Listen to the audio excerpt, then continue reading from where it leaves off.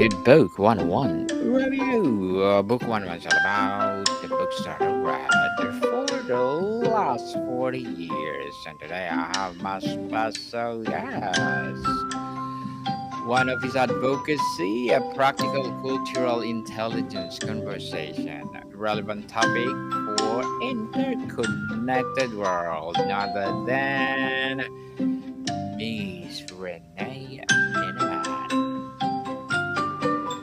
Hello, thanks for having me today. Welcome, Mr. Renee, on Book 101 Review. And can you please introduce more about yourself that I miss? Sure, my name's Renee, and so I started my business Beyond Tourism last year with the goal of helping people connect cross culturally. And so for me, where my story started was when I lived in South Korea. After college, I taught English to kids there. And I went through the whole year. I really prioritized meeting people from the South Korean culture. I tried my best to learn the language. And it was a really transformative year for me. And then when I came home, um, I just, reverse culture shock is a thing. And one of the books that transformed me, which we'll talk about later, is was called "Cultures and Organizations: Software of the Mind," and I learned about cultural values and kind of the ways that people describe um, cultures and put words to like the differences that we have. And so for me, reading the books was like really powerful because I was able to like it put words to my experiences, and I really wished that I had known about this when I was in South Korea or before, so that I could maybe gotten a little more done a lot better interculturally, right? Built better relationships, and there maybe were things that I missed. And so for me, I came back, did the reverse culture shock thing. I learned a lot, and started volunteering with refugees and immigrants in my community. And so that's sort of I've worked with people from dozens of countries and learned so much from them. So it's about traveling, but it's also about meeting people in your community, and it's about building your cultural intelligence and like learning how to connect better cross culturally. So that's sort of what I'm passionate about. And thank you so much for sharing your knowledge and wisdom to the world, Miss Renee. Thank you. And today let's talk about how cultural intelligence transforms the way we travel. So tell us, we often prepare for a trip by learning a few key phrases. How does cultural intelligence or CQ go beyond linguistic basics to fundamentally change how we approach and experience the new culture? Yeah, that's a great question. So, say you're going on a trip. Going to Paris, for example, a very popular place to visit the Eiffel Tower. You can go to Paris, you can book a flight, stay in hotels, you can go see the Eiffel Tower, eat at some restaurants, and you can return home the exact same person you were before. And so a lot of people like to talk about how travel changes us. Travel is the best teacher, all that kind of stuff. But just because you travel doesn't mean that you are going to have like the learning experience that you maybe were hoping for.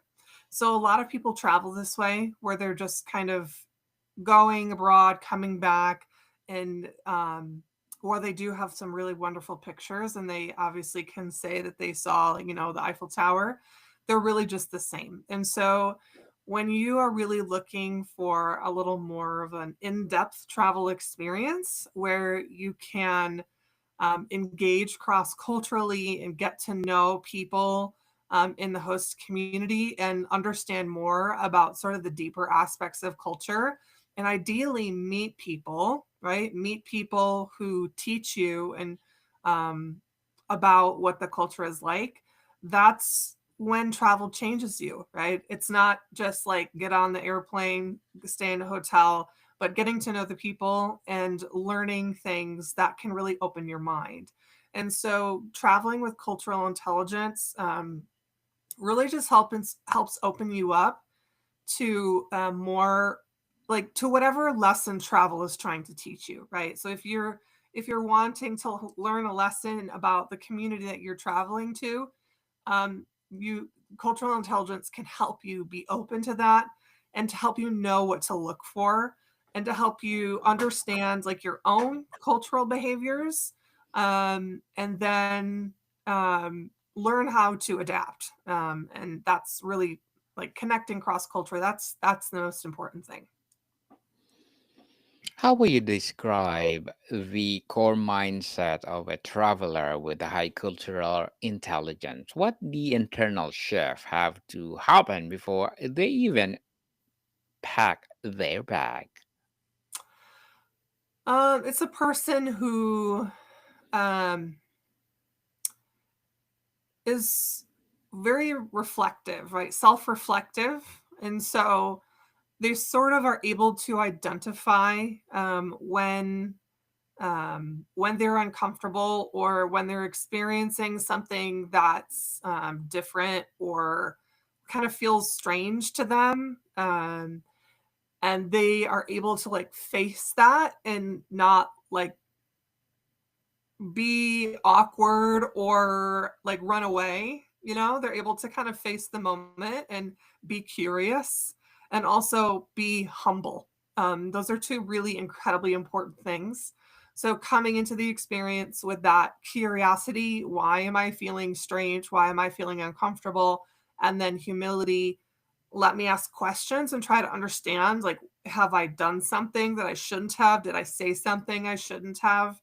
And then actually listening to the answers and adapting, right? So if somebody gives you feedback, hey, you shouldn't do that when you're here, then you take that feedback and you stop doing that thing, right? You respect the host culture and what they're asking of you. So I think that's the main thing, like being reflective and like understanding your own cultural behaviors and then being curious and humble as well.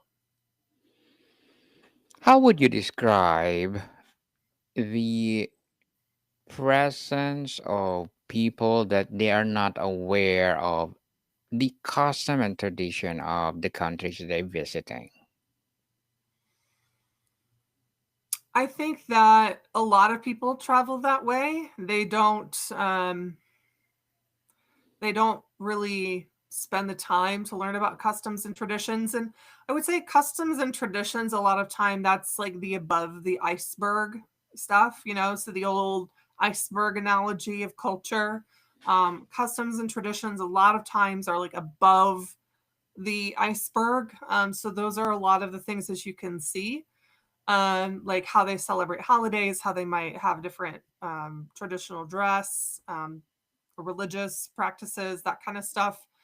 I really deal in the below the iceberg stuff, the unexplained expectations, the invisible behaviors that you don't always read about in the book. So, like, they may teach you how to say hello and goodbye in French, or that you should, don't buy a croissant after 9 a.m. or something like that, or the stores are closed on Sundays. That's all fine advice, but that's not tips on that's not connecting with humans, right? So I think you definitely want to learn the above the iceberg stuff, which is language and it's greetings. And like it is all useful knowledge. The customs and traditions, that's useful knowledge. But going a little deeper below the iceberg is where you really get the payoff, and you learn more about the world that way, and the people in our world.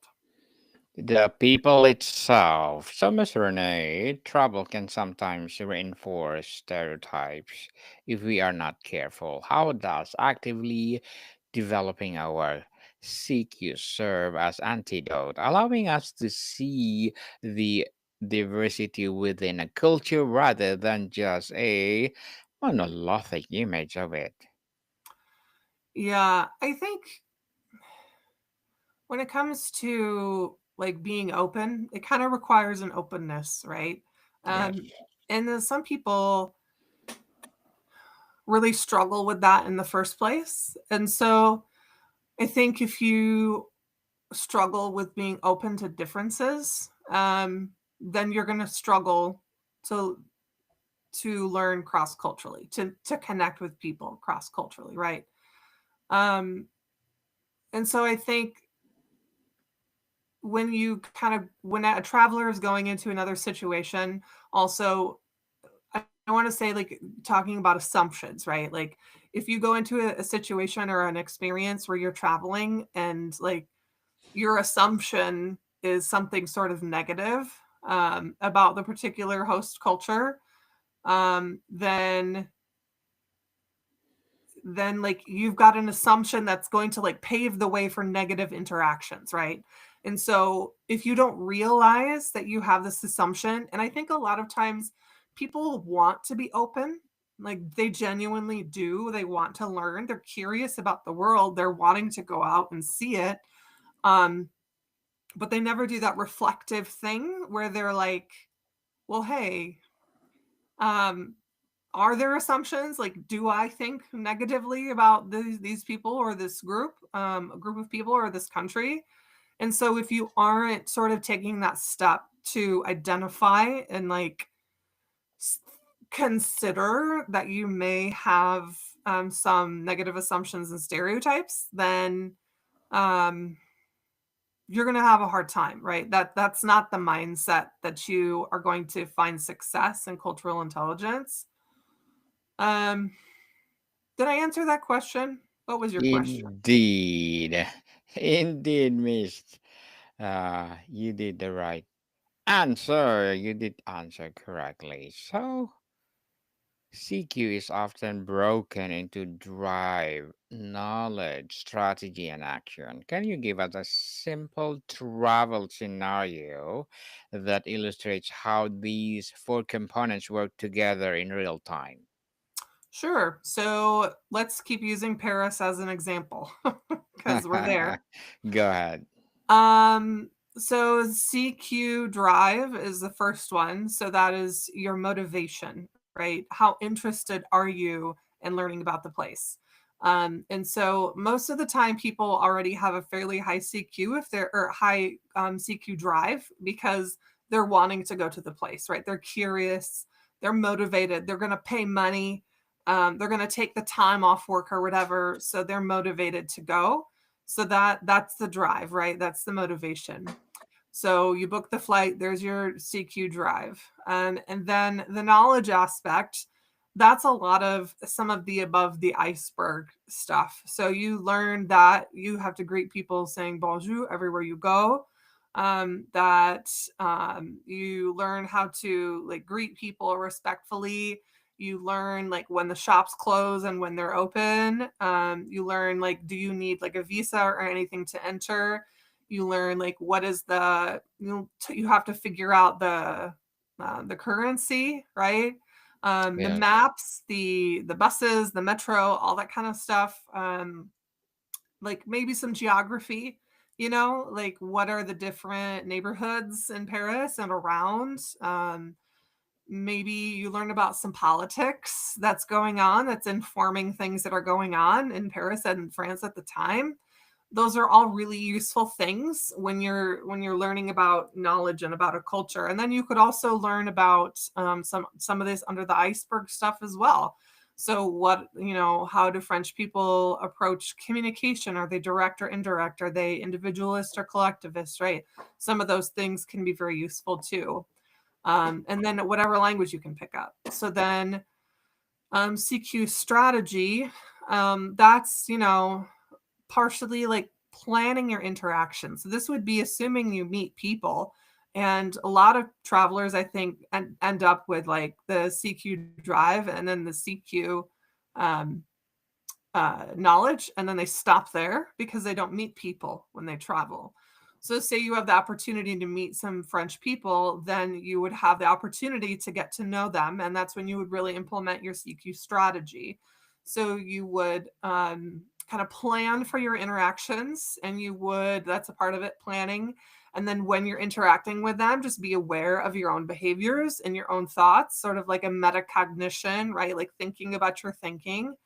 And then also checking on your understanding. Like, did something unexpected happen while you were interacting with the French people? Were you surprised by something they said? Why were you surprised? Can you ask them? Can you follow up?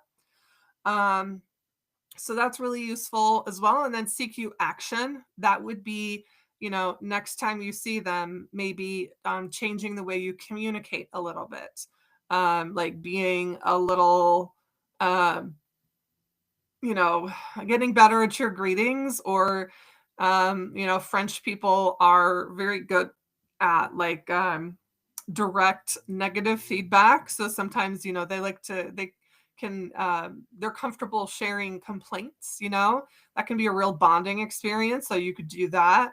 Or you could, um, some other, like, adjust your speech patterns, interact, like use more French words or teach them American English words or something like that. So changing your behaviors would be a part of the CQ action. And so the CQ model, with the 4 dimensions of CQ, you just kind of go through those 4 over and over again to help build those skills, and help you improve your CQ. Interesting answer, Ms. Renee. And let's talk about the transformative travel experience.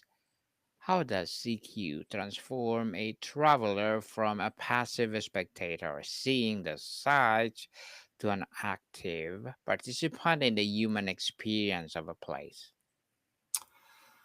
Um, I think that going into travel with a really open mind about how to connect with different humans, is where the transformation lies. So, in your ability to connect with people, and sort of meet them where they are, right? Sometimes I will say that CQ is, you have to live by the platinum rule. You have to treat people the way they want to be treated.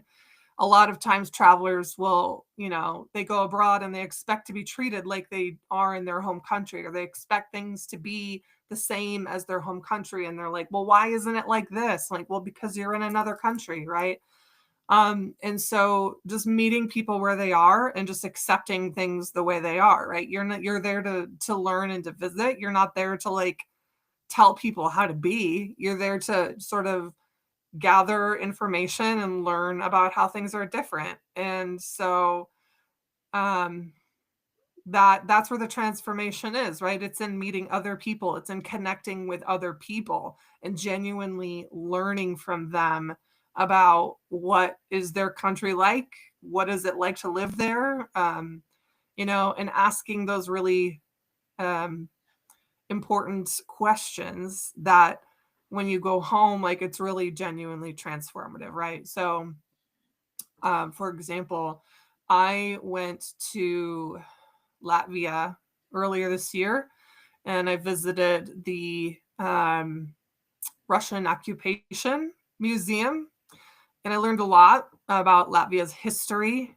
and the things that happened to their people. And I had a tour guide who very generously shared her family's experience. And that was a really, that was a time, an opportunity for me to connect with a Latvian person and learn about how her family had been impacted by the Russian occupation. And it was really, really interesting to me, and it helped me understand Latvian people better. It helped me understand current events better. It helped me understand the Latvian perspective as a Baltic country better, right? Like, there was so much that I learned through this relationship. And she was my tour guide, right? So it wasn't anything like deeply like a best friend or anything like that, but she was open and available to that connection. And it was really a rewarding experience for me. So I think that's the kind of transformation that can happen when you meet a person who is also willing to connect with you, and then you're open to that message. So I guess my question for you is, have you had any moments like that when you've traveled or moved across cultures? Were there any like transformative moments for you meeting another person? Well, my experience, different thing like you. Before I will travel, I make sure I will learn their language first, their culture, and for sure their customs. Just like when you go to Middle East, you are not allowed to eat outside if they're having Ramadan. Mhm. So I make sure that people that if you go to other places, learn their custom first, because there's a lot of things to be considered, especially Middle East. Yeah, so don't go during Ramadan and expect to be Eat eating everywhere. lunch outside like a king every day. Yeah, yeah. That's a great Mhm, tip. That's a good tip. mhm. So, Miss Renee, thank you for that. And as a intelligence conversationalist in terms of culture, what are your short-term and long-term goals? Um, so I guess my long-term goals, TBD, I'm really just passionate about connecting people cross-culturally. So I think I there are certainly many ways that I think that can be taught. So, like in groups, I can do workshops, speak at conferences and things like that. And right now, I just do one-on-one individual intercultural training for anyone who's interested in improving their cultural intelligence. But I just hope to contribute to the conversation around tourism and preparing, like encouraging people to be more prepared and to be a little more curious and a little more humble in their travel and just really be open to these transformative experiences that we've been talking about, right? Like learning about, because the world is so big. There's so many of these customs and traditions that you were talking about. There's so Yes. much to learn, and it's so interesting, you know? At least I think so. I think it's fascinating, endlessly fascinating the way people live around the world. And so I just really want to help people get better at making those genuine connections and learning how um to like exist in the world and to build trust with each other across cultural differences. And so kind of wherever that takes me, I'm open to it. But I'd like to continue short term just working with individuals for a while and see where that leads me. Good luck to your goals, Ms. Renee, and looking forward for more success. Thank you. And to wrap up our discussion for today, is the goal of CQ driven travel to achieve a perfect cultural fluency, or is it something more nuanced like developing a lifelong posture of humility, curiosity, and deep respect for a beautiful complexity of humanity? Oh, I think it's all of those things. All of the above. Yeah, because life is long and there's a lot of different cultures and out there, and like you don't always have to travel to go meet them because a lot of them are in our communities, right? Or they are visiting here for some reason. So you can actually meet kind of a lot of people just within the United States, which is kind of neat. Your neighbors and or people visiting your community. It's pretty cool. Both here and in Canada, I think, and a lot of big cities. So like that opportunity exists. Um, and so I guess that would be my goal. Like I hope to keep learning about different cultures. And the nice thing about the CQ model is that it's not just like like, oh, well, I have to spend all this time learning about France, and then I have to spend all this time learning about Germany, and this time learning about the Philippines, right? Like, it's a pretty broad and flexible model, so that when you sort of build your cultural intelligence in one aspect and one culture, then you can sort of take those skills and adapt more quickly to another place. So, um, the overarching like big perspective can like open up a lot of doors to a lot of learning and a lot of adjustment very quickly, which enables you to connect with tons of people from tons of different backgrounds and tons of different cultures, and sort of get that benefit of learning about the world from the people that you meet. Indeed. And thank you so much for sharing your knowledge and wisdom to the world, Miss Renee. And can you please recommend a book or books that influence your journey? Yeah.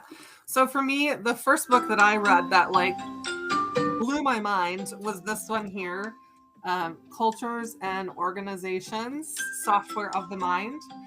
So this book, it was written in 2005, so it's kind of old, but and I mean, I have a lot to say about this book, which I'm not going to get into today.